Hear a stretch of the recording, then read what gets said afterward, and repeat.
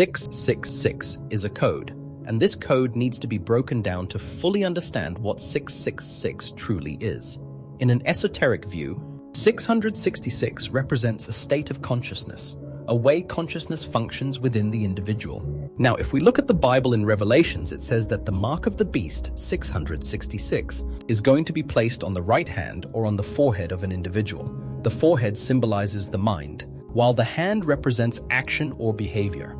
The forehead represents a belief or a mindset, a way consciousness functions. Therefore, the mark of the beast is not something external.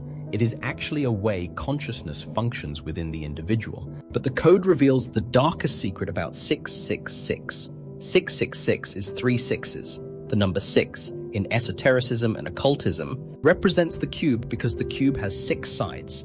And in the physical dimension, everything has 6 sides: up, down, back, forward, left, right. Everything is 6-sided in this 3-dimensional world. The body is the cube itself. It is the number 6. And the number 6 is the number before 7. 7 is a divine number. It represents divine perfection, as there are 7 functions and cognitions of the mind, 7 energy centers within along the spinal column, 7 major planets for the 7 days of the week, 7 days of creation, 7 visible light spectrum colors. The number 6, therefore, is often understood as imperfection, as the body is imperfect. The physical form is imperfect compared to our divine spiritual nature. But let's decode the 666 code properly so you can understand this. Now you understand that the number 6 represents the material 3-dimensional world, or the physical body of consciousness. We can then look at the number 3 because there are 3 sixes. The number 3 represents the 3 ways consciousness functions.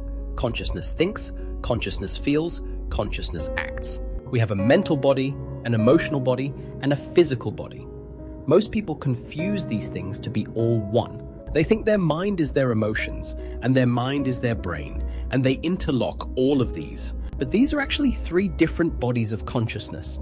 Consciousness has many vehicles or bodies it expresses itself in. So the 3 ways that we ultimately create our life, the 3 ways that shift our reality, and the 3 full things that we have full control over are our thoughts, emotions, and actions. If you try and control anything else other than these 3 aspects of life and consciousness, you are then breaking natural law. If you try and control someone else, you are then breaking their will, their natural rights. These are the 3 things you have full control over: your mind, emotions, and your body.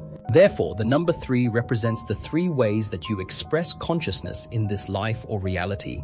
And the number 6 represents the material body. 666 is the mark of the beast. Therefore, the mark of the beast could be a state of consciousness where your thoughts, emotions, and actions are all directed towards the physical, material, 3-dimensional world, leaving no room for true spiritual connection with your higher self, no divine connection to the source or God, giving no attention to your true internal nature, to the self inside the mind.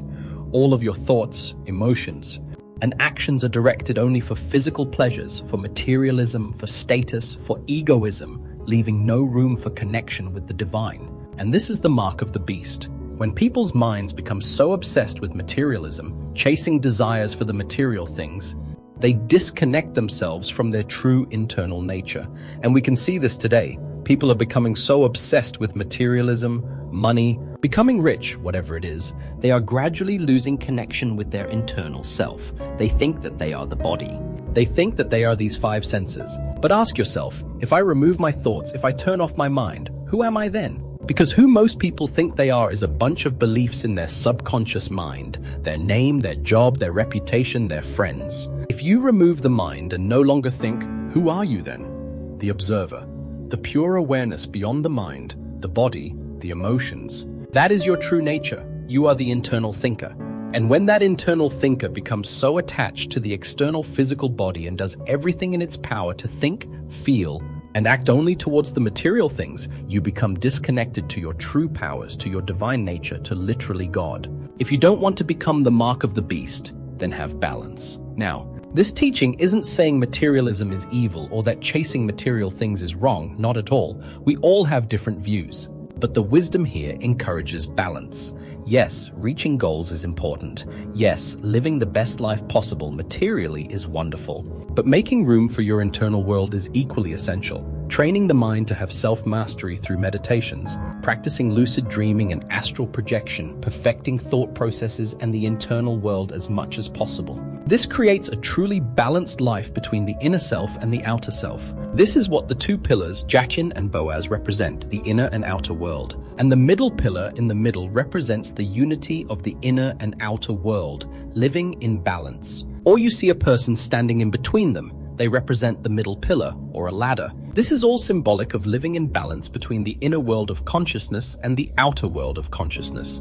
Yes, this is Freemasonic artwork. You can learn a lot from their artwork and symbolism. I hope this brings a bit more clarity about the number 666 and the mark of the beast. Please leave a like, comment, and subscribe to the YouTube channel if you want to see more.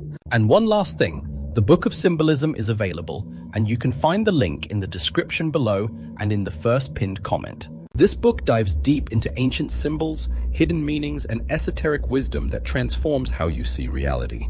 If this teaching resonates with you, the Book of Symbolism expands on these concepts and many more. Check out the link below to grab your copy.